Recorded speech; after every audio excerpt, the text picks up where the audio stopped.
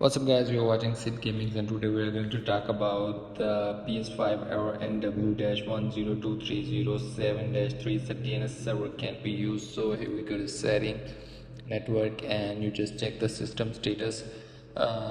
Server is working up and good, and here you just select the region, which region you are, and here is a working and good. If that is not working, then you have to wait. Sony will fix this up automatically. If it is not working, if it is working and the server is working good, and then you have a problem with your local network, you just test your internet connection and forget the connection, or restart your router, or you can use a LAN cable from your router to a PlayStation 5 and forget it and connect it again. And here you can set the frequency, automatic, and the other settings. So that's how that simply you can fix this error.